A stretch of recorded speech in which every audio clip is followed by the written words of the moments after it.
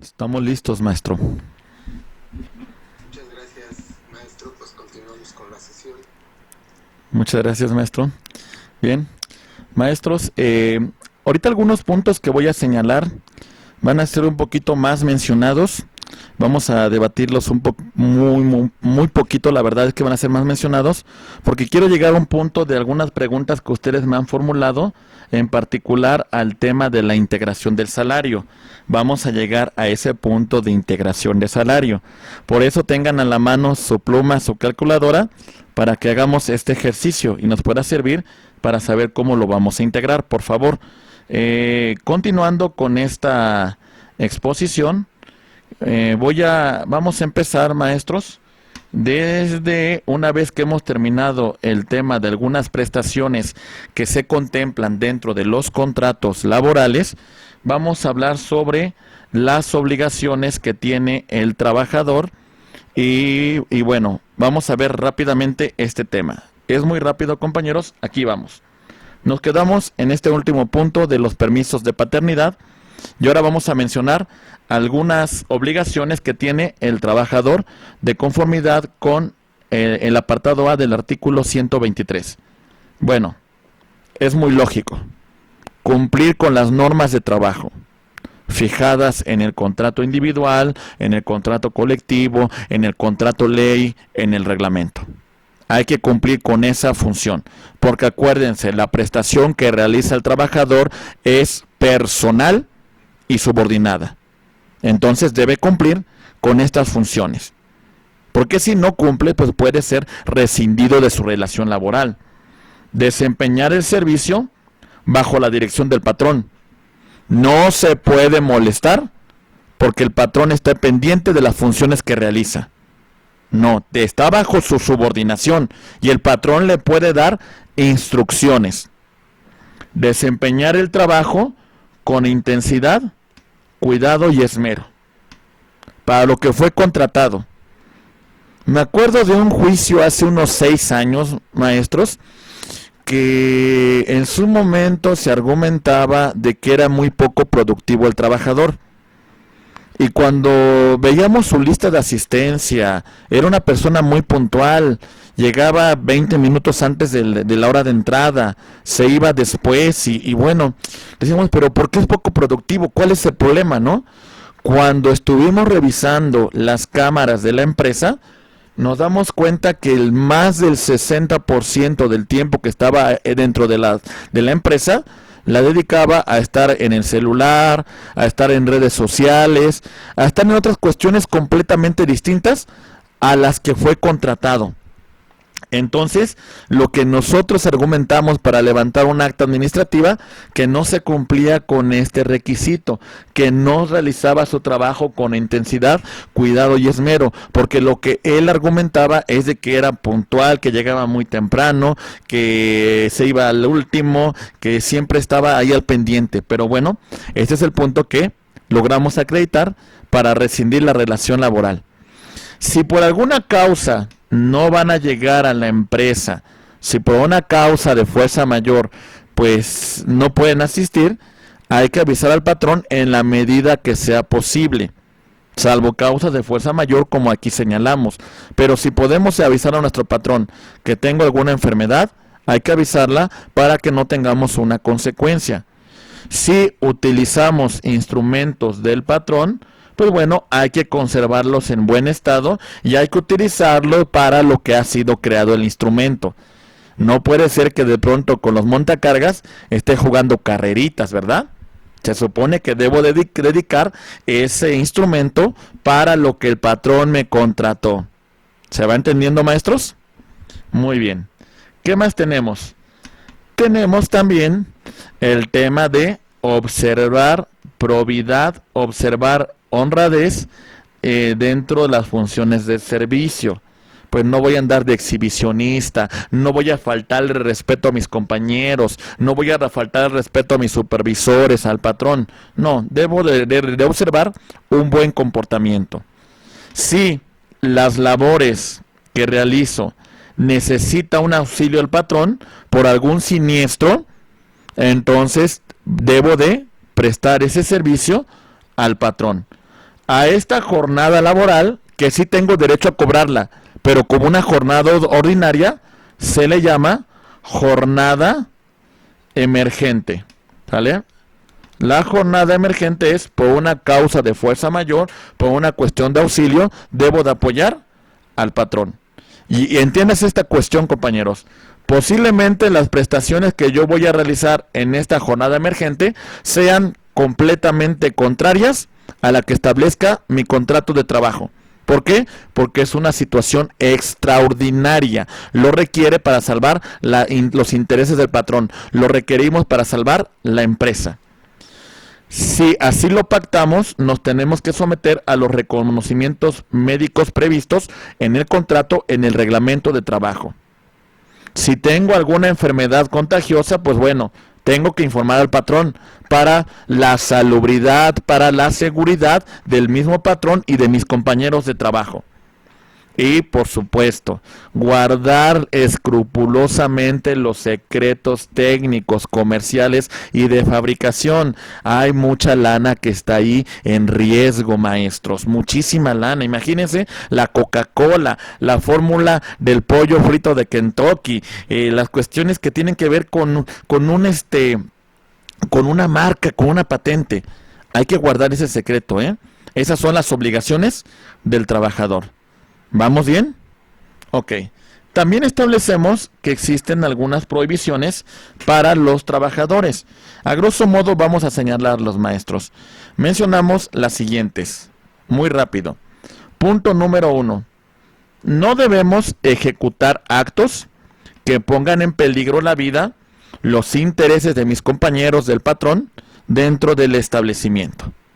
Nada de andar de temerarios, nada de andar pues ahí de poco precavidos y pongamos en riesgo a mis compañeros. No puedo faltar al trabajo sin causa justificada. Es de que se murió el perico, es que se murió el perro, es de que el tráfico, es de que el transporte, no, nada de eso. Hay que justificar las causas de por cuál no estoy asistiendo. No puedo sustraer del centro de trabajo útiles o materia prima para uso personal. Ay, miren, es que voy a sacar tales plumas porque las necesitan mis hijos para su escuela. O voy a sacar los marcatextos o las hojas. No, nada de eso. No se puede. Solamente estos instrumentos se van a utilizar en el trabajo que venimos desempeñando. Nada que a costa del erario público, ¿no?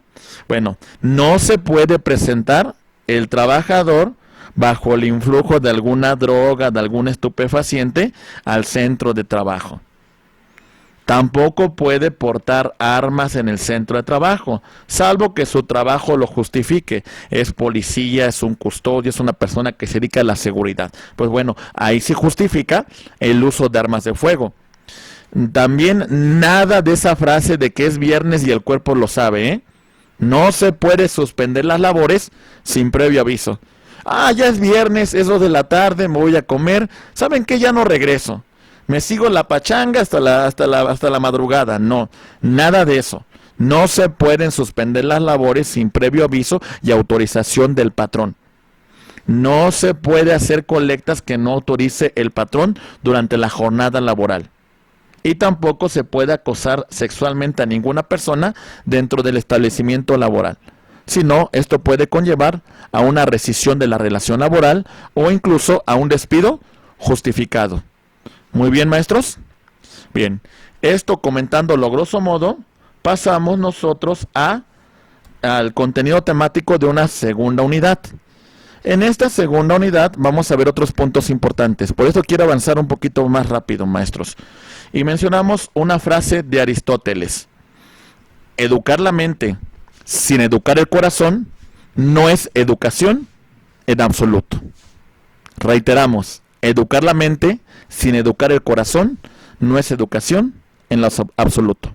Filósofo griego, matemático, físico y tantas cosas que hizo Aristóteles. Muy bien, vamos a continuar entonces. Rápidamente, maestros. En esta unidad vamos a continuar con las obligaciones del patrón, con las obligaciones de los titulares de dependencias públicas, la jornada de trabajo, las vacaciones apartado A, vacaciones apartado B, días de descanso obligatorio, voy a ir un poquito más rápido con esto, más o menos ya la venimos trabajando, aguinaldo, el salario, y este es el punto principal con la cual voy a trabajar con ustedes, la forma de integración del salario, la prima de antigüedad, y bueno, son algunos puntos que nosotros vamos a estudiar, maestros. ¿Estamos listos? Bien, vamos a iniciar. Perfecto, muy bien. Ok, obligaciones del patrón. No solamente el trabajador, el patrón también tiene que cumplir con las disposiciones de las normas de trabajo. El patrón se somete al contrato colectivo. El patrón se somete al contrato ley. El patrón se somete al contrato individual. El patrón se somete al reglamento interior de trabajo. Es más, les voy a decir, es el primero que tiene que poner el ejemplo. Es el primero que tiene que poner la disciplina. Porque somos hasta cierto punto seres que copiamos conductas.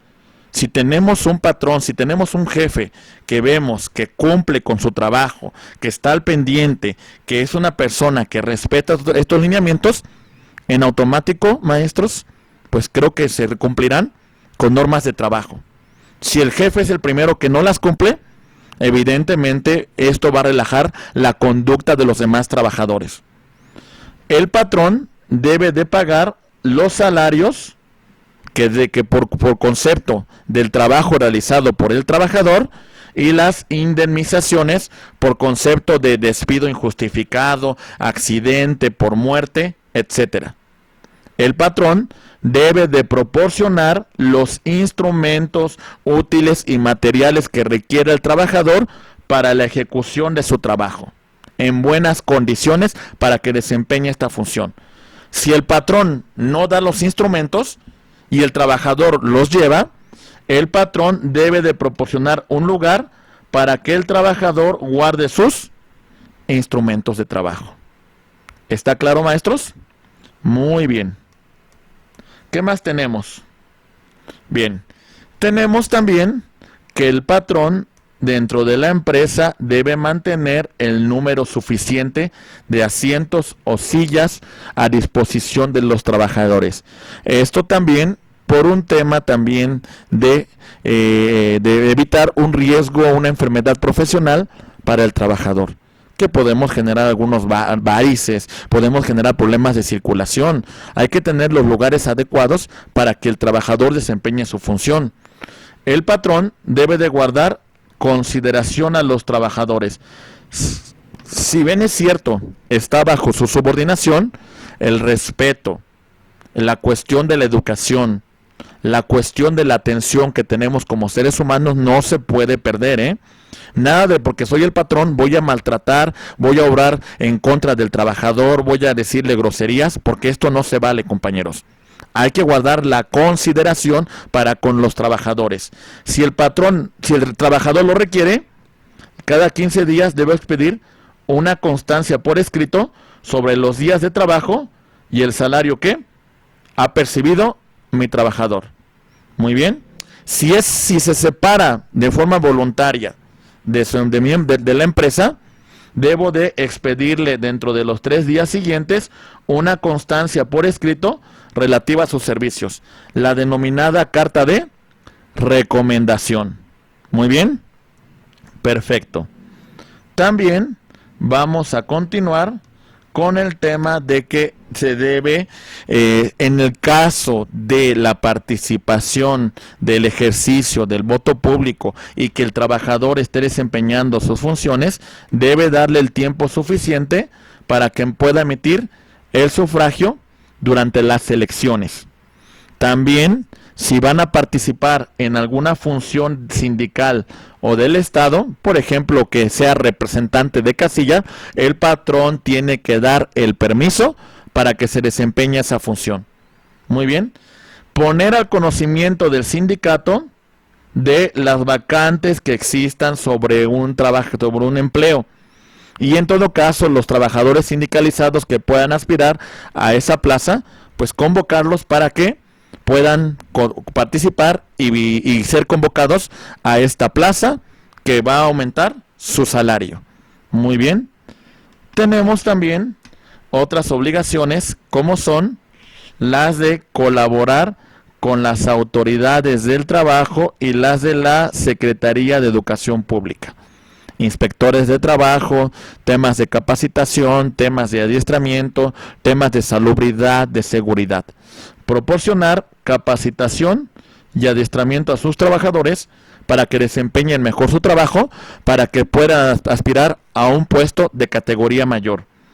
Contar con las instalaciones adecuadas cuando tengamos más de 50 trabajadores, en seguridad, en higiene.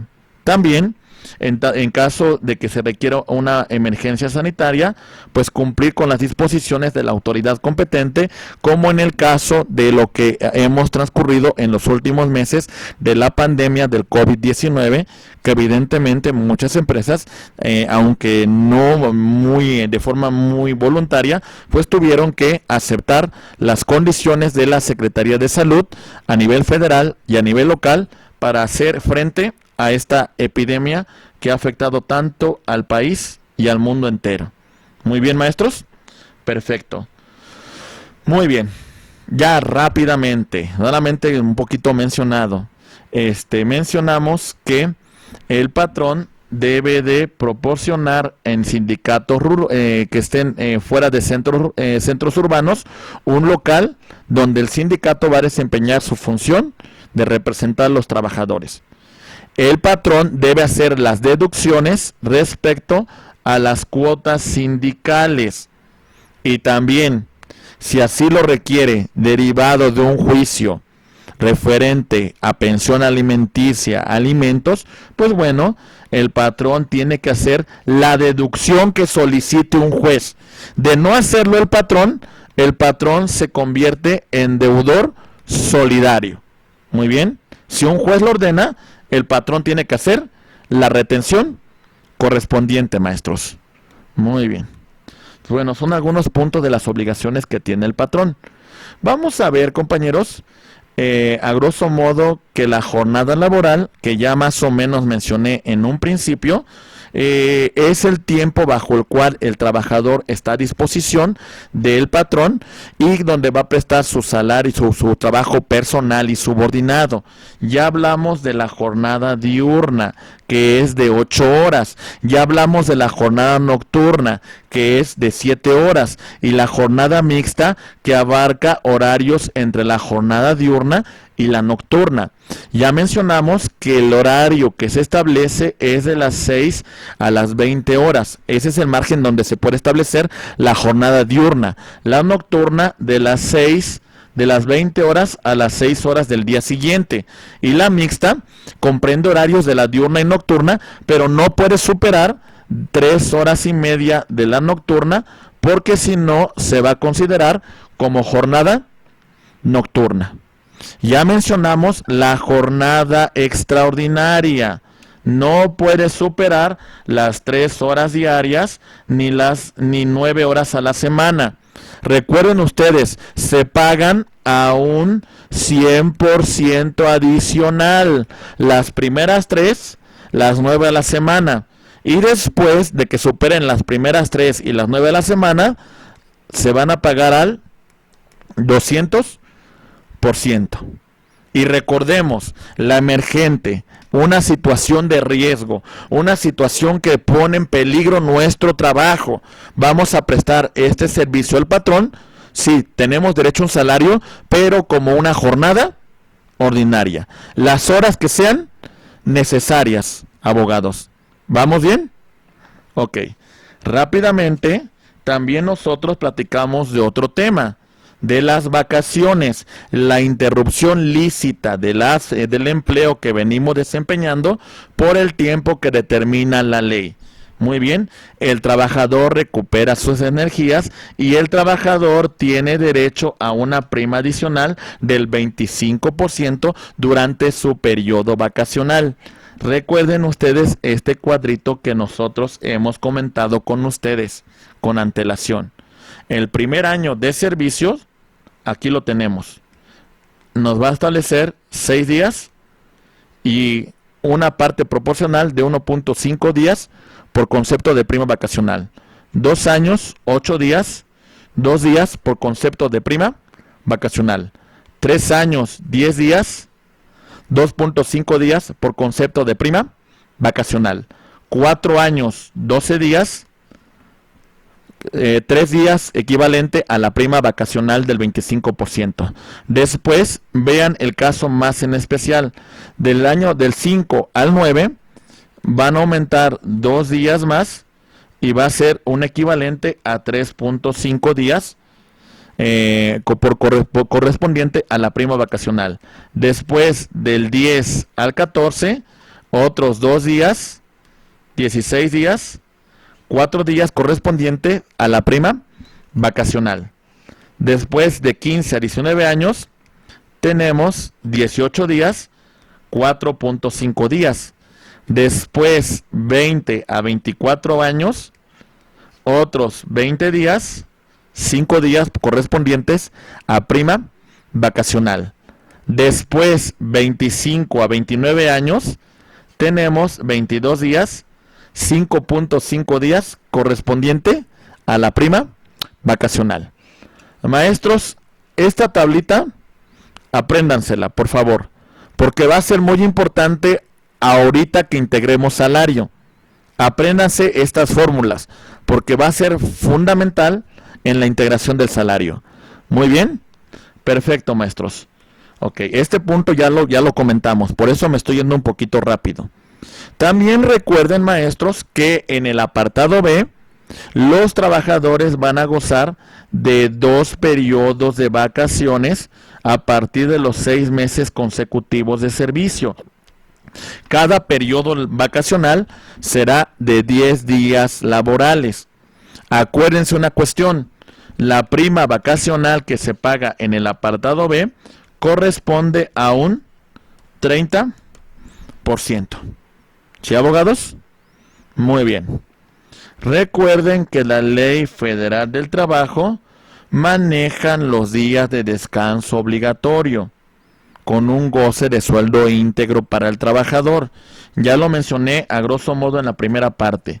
El 1 de enero, como consecuencia del año nuevo, el primer lunes de febrero como consecuencia de la promulgación de la Constitución, el tercer lunes con la conmemoración de Benemérito de las Américas, el tercer lunes de marzo, después el 1 de mayo, en conmemoración del Día Internacional del Trabajo, el 16 de septiembre por el inicio de la festividad de Independencia, el tercer lunes de noviembre con motivo de la Revolución Mexicana, el 1 de diciembre de cada 6 años cuando el Poder Ejecutivo tome el encargo. Acuérdense que esto va a ser modificado por el tema de que ahora el Ejecutivo va a iniciar el 1 de octubre. Y bueno, aquí omití agregar el 25 de diciembre con motivo de la celebración de la Navidad.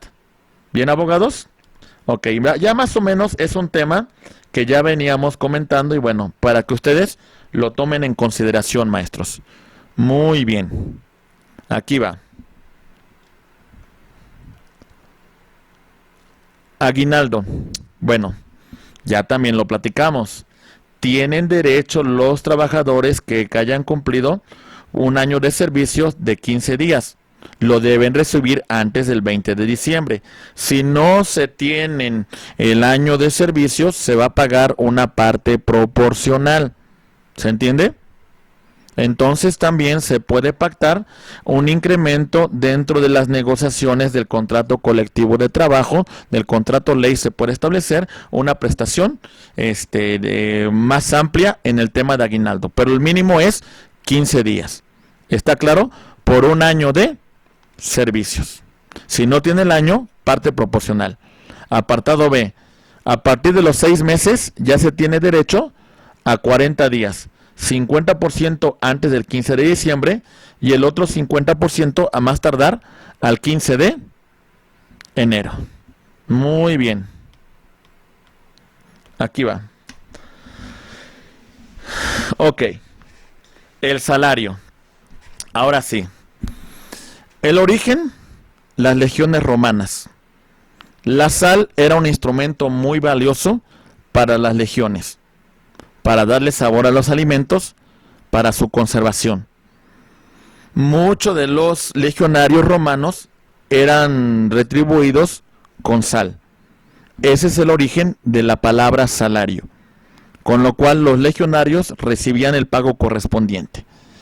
El salario es lo que un trabajador recibe en concepto de retribución por el servicio personal y subordinado que presta a un patrón. El salario se va a integrar de la siguiente manera. Se puede fijar por unidad de tiempo.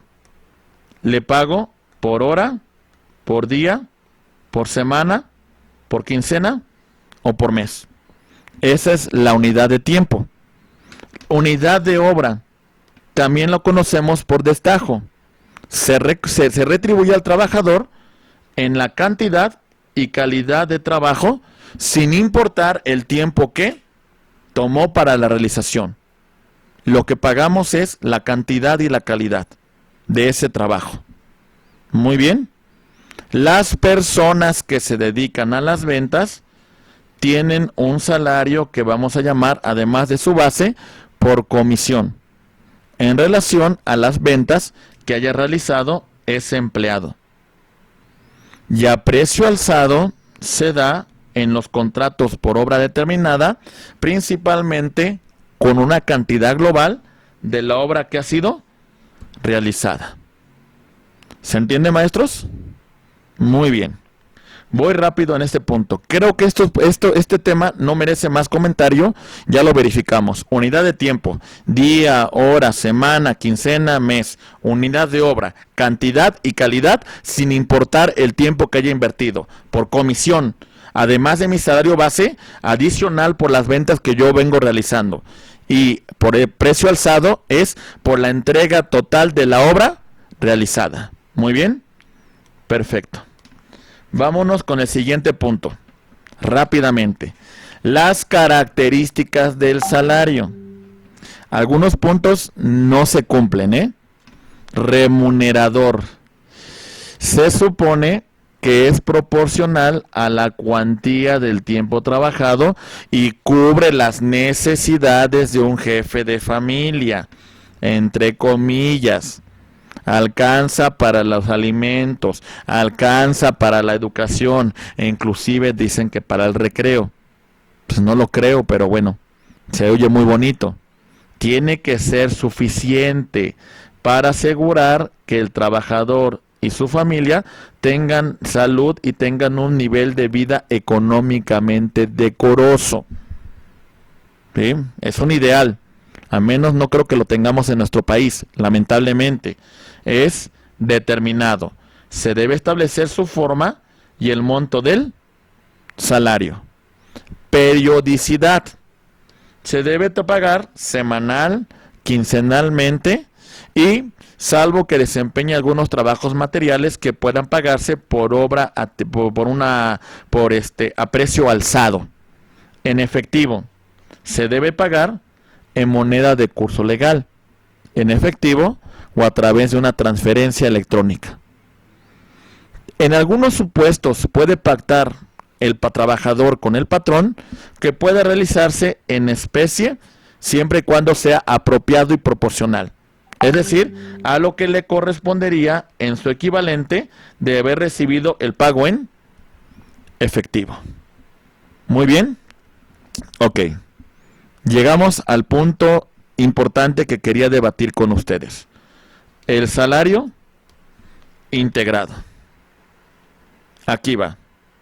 El salario se integra por hechos en efectivo de cuota diaria, por gratificaciones, percepciones, habitaciones, primas, comisiones y prestaciones en especie que retribuyan a nuestro salario. Si esto es una prestación de carácter permanente, va a integrar el salario. Si no, pues olvídenlo, no lo integramos, si no es permanente. Las primas que vamos a tomar en consideración: antigüedad, dominical y vacacional. Principalmente ahorita vamos a hablar del tema de la prima vacacional. El salario integrado va a ser tomado en consideración para el tema de indemnizaciones que se le deban cubrir al trabajador. Vamos a ver un tema muy importante de cómo integramos el salario.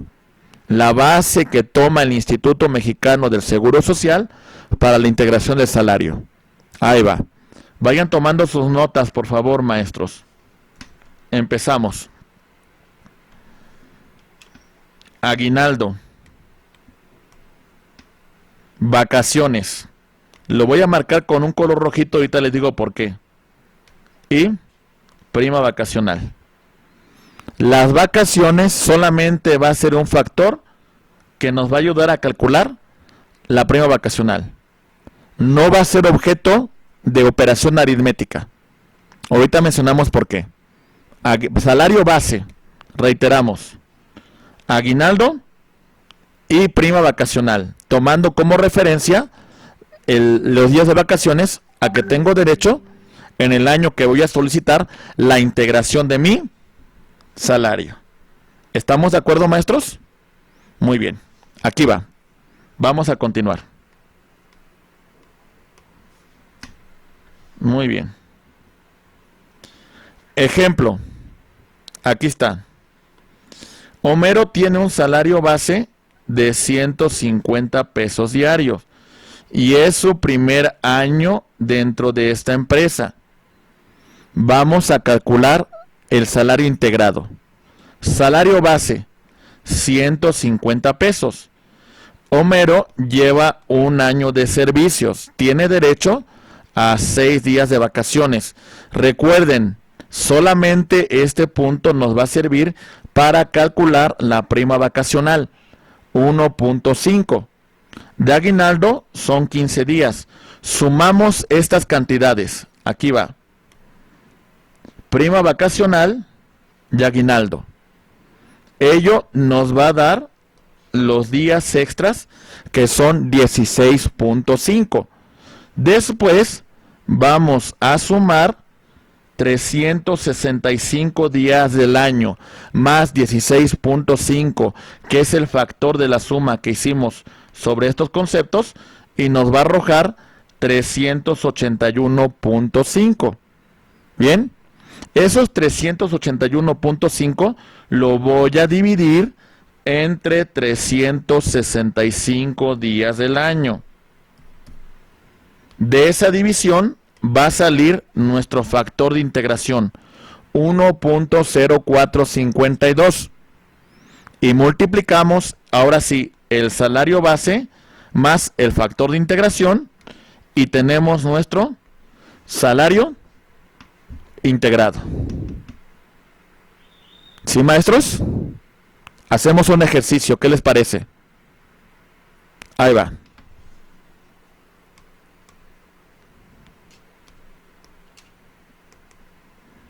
Ahí va, maestros. Juanita. Juanita gana 280 pesos por concepto de cuota diaria. Muy bien. Juanita lleva 10 años en la empresa. Muy bien. Vamos a calcular su salario integrado, maestros, por favor. ¿Estamos listos? Muy bien. Primero vamos a calcular, para que lo hagamos entre todos, sus vacaciones.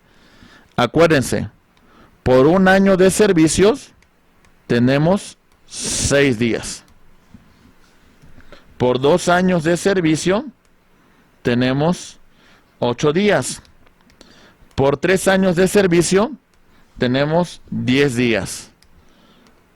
Por 4 años de servicios tenemos 12 días. Del 5 a 9 tenemos 14 días. Y de 10 a 14 tenemos 16 días. Entonces, el primer factor ya lo sacamos. Juanita lleva 10 años laborando. Juanita tiene derecho a 16 días de vacaciones. Muy bien. 16 días. De estos 16 días, calculamos el factor de la prima vacacional y le corresponderían 4 días. ¿Vamos bien, maestros, hasta aquí? ¿Sí o no, maestros? Ok, 4 días. Muy bien. Recordemos la operación que vamos a hacer, por favor. Muy bien, empezamos. Vamos a estos 4 días, vamos a sumarle el aguinaldo, que nos correspondería 15 días. 14 más 4 nos va a dar un total de 19 días. ¿Hasta aquí me van siguiendo, maestros? Ok.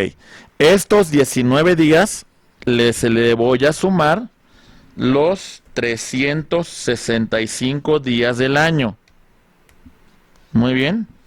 Ahora sí, sumamos 19 más 365 días del año. ¿Qué cantidad nos va a arrojar, abogados? Nos arroja un total de 384 días. Muy bien. 384 días lo voy a volver a dividir entre 365 días del año. El factor que me salga aquí se llama factor de integración. Vamos a ver qué cantidad nos sale. 384 entre 365 me va a dar un factor de integración de 1.05205. Esta cantidad la voy a multiplicar por el salario base, que son 280 pesos, y nos va a arrojar el salario integrado, que es esta cantidad. Ok, aquí va. 1.05, aquí va. 0.5205 por 280 me arroja mi factor de 294.57 de salario integrado. Aquí está. Ya integré mi salario. ¿Quedó claro, abogados? ¿Sí? Muy bien. Hagan ejercicios, por favor, ¿eh? La única manera de aprender todo esto es hacer ejercicios. Muy bien. Hagan el cálculo, porque luego los abogados le dejamos esta chamba a los contadores. Mejor como abogados empecemos a hacer nosotros los cálculos, porque si vamos a ser maestros en derecho del trabajo, pues ello implica que sabemos hacer estos cálculos. Muy bien, abogados. Perfecto, muy bien. Cuando estudié derecho pensé que me iba a librar de las matemáticas y pues no es así del todo, ¿eh? Hay que seguir haciendo cálculos. Bueno, no tan complejos, pero seguimos haciendo cálculos. La prima de antigüedad. Lo recuerdan, ya lo platicamos, compañeros. Va a ser un concepto irrenunciable cuando el trabajador tenga 15 años de antigüedad y se retire de forma voluntaria. Si es cesado de su empleo de forma justificada o sin justificación, tiene derecho a prima de antigüedad. Si fallece, cuando al menos tenga 15 años de servicio, y si tiene una incapacidad, a los 15 años de servicio, para el pago de la prima de antigüedad. Recuerden ustedes, consiste en 12 días de salario por año, y se le va a pagar al trabajador, teniendo como límite el establecimiento de 2 salarios mínimos. Muy bien, abogados. 2 salarios mínimos es nuestro límite en el tema de la prima de antigüedad. ¿Va quedando claro? Muy bien. Vamos a hacer un ejercicio para que reforcemos este conocimiento. Maribel ha laborado en la empresa 18 años. Maribel recibe un salario diario de 200 pesos. Muy bien. Calculemos su prima de antigüedad, maestros. Vamos a empezar. Ok. Salario mínimo. Ok, que quedaba en 123.22. 123.22. Muy bien. No podemos establecer el salario mínimo aquí como 2, porque pues no lo supera. Pero la base van a ser los 200 pesos efectivamente, porque no supera los límites que establece la ley. Podemos establecer la base de su salario. Muy bien. Entonces esta va a ser nuestra base, interpretando la norma en favor de la clase trabajadora. 200 pesos. Va a percibir 12 días por año. 12 días por año. Entonces vamos a multiplicar 200 por la cantidad de 12 y nos va a arrojar que por cada año esta trabajadora va a recibir 2.400 pesos por concepto de prima de antigüedad. Pero ella laboró 18 años. 2.400 por 18 nos va a arrojar un total de 43.200 pesos por concepto de prima de antigüedad. ¿Quedó claro, maestros? ¿Algún comentario hasta acá sobre estos puntos? ¿Vamos bien? Ok. Maestro, nos queda un minuto para pasar a conversatorio de preguntas y respuestas. Muy bien, perfecto. Muchas gracias, maestro. Bien, sí, la base, como mencionamos, son 200 pesos, interpretando la norma a favor del trabajador, porque no supera los límites que establece la norma. Recuerden que son 2 salarios mínimos, la base. Entonces, si el trabajador pues no llega ni al segundo salario mínimo, respetamos ese salario base que ya tiene para el cálculo de la prima de antigüedad. ¿Está claro, maestros?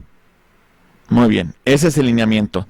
Bien, maestros, pues espero que este punto de esta cuarta intervención no haya sido del todo tan rápida y que hayamos comprendido algunos lineamientos importantes, porque el objetivo en particular era llegar a la integración del salario. Creo que hemos visto muchos temas importantes, hemos tratado de hacer algunos ejercicios para que podamos hacer esta correcta retroalimentación. Y bueno, este es el cierre prácticamente de esta segunda unidad, para que primeramente Dios, la próxima sesión, trabajemos sobre la tercera y la cuarta unidad, para concluir nuestra asignatura, las relaciones del trabajo y la estabilidad de los trabajadores en sus empleos. Muy bien, maestros. Perfecto. Maestro Hugo, a sus órdenes. Y maestro, tenemos una pregunta. En las nóminas, las empresas manejan 2 tipos de salarios, el diario y el integrado. ¿Cuál es el salario correcto para calcular las liquidaciones? ¿Y en qué radica la diferencia entre uno? Ok, como lo mencionamos, maestros, es el salario base. El salario base lo tenemos que calcular haciendo la suma correspondiente, como ya mencionamos. Esta es la base para el salario integrado, para que les quede claro. Ok, aquí va. Mi salario base, las vacaciones,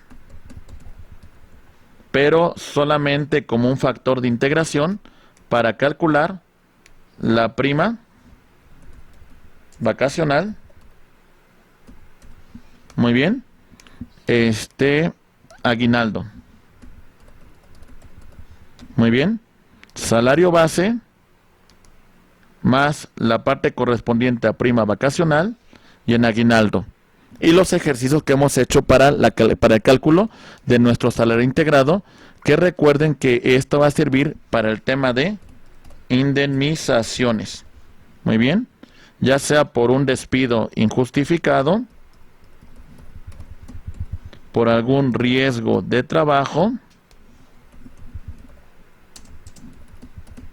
por algún tema de muerte o incapacidad.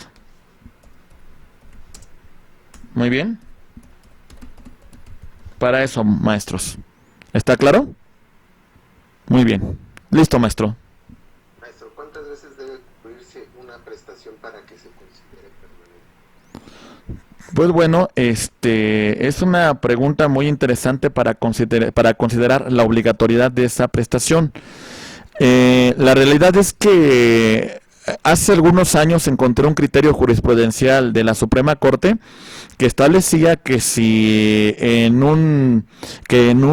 recibíamos por lo menos esa prestación en un trimestre, la pudiésemos considerar como una prestación de carácter obligatorio y que sería integradora del salario, tomando en consideración la norma, el principio properario para considerarlo e integrar un salario.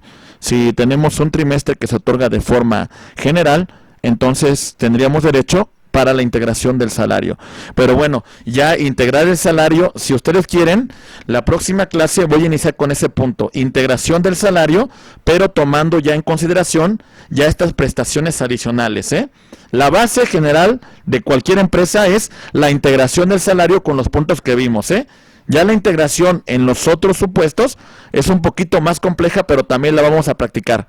¿Qué les parece? Muy bien. Perfecto, maestro. Maestro, pues mensajes de agradecimientos, de una clase excelente y una sugerencia si se pudieran manejar más ejercicios, estaría genial. Muy bien, sí, ese es el objetivo, el detalle que sea muy práctico para ustedes. Ahorita mencionamos algunos puntos, si ustedes quieren, generales de obligaciones y derechos, pero también es importante hacer los cálculos correspondientes a las prestaciones laborales. Vamos a hacer más ejercicios porque la próxima clase vamos a hablar del tema de indemnizaciones, vamos a hablar del tema de las prestaciones que vamos a solicitar en caso de renuncia voluntaria, de despido injustificado,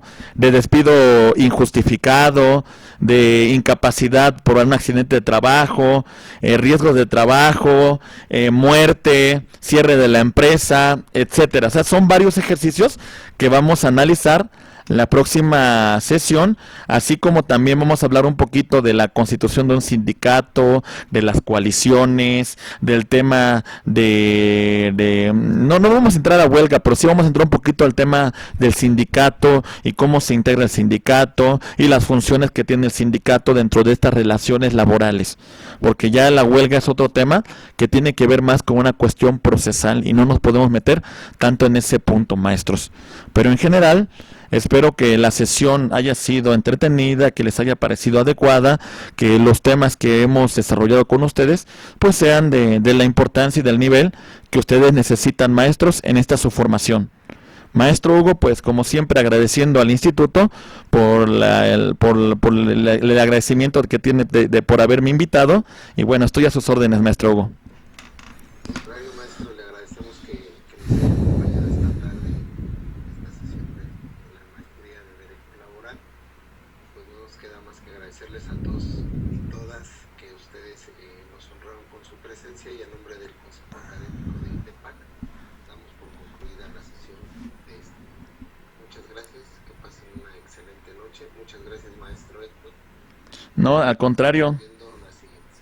Muchas gracias a todos, a cada uno de ustedes, a las cerca de 90 personas que estuvieron conectadas, muchísimas gracias. Bueno, en promedio vi 110, 100, eso les agradecemos muchísimo su atención. Y bueno, sigamos esforzándonos en esta formación, en esta nueva maestría, que van a requerir ustedes un conocimiento de fondo, porque la reforma laboral ya vino. Y así como pasó la reforma penal, ahora tenemos que entrarle a la reforma laboral. Recuerden el mandamiento del abogado que dice J. Couture: el abogado que deja de estudiar, cada día se convierte en menos abogado. Y por eso tenemos que seguirle echando todas las ganas del mundo, porque la reforma ya está, maestros.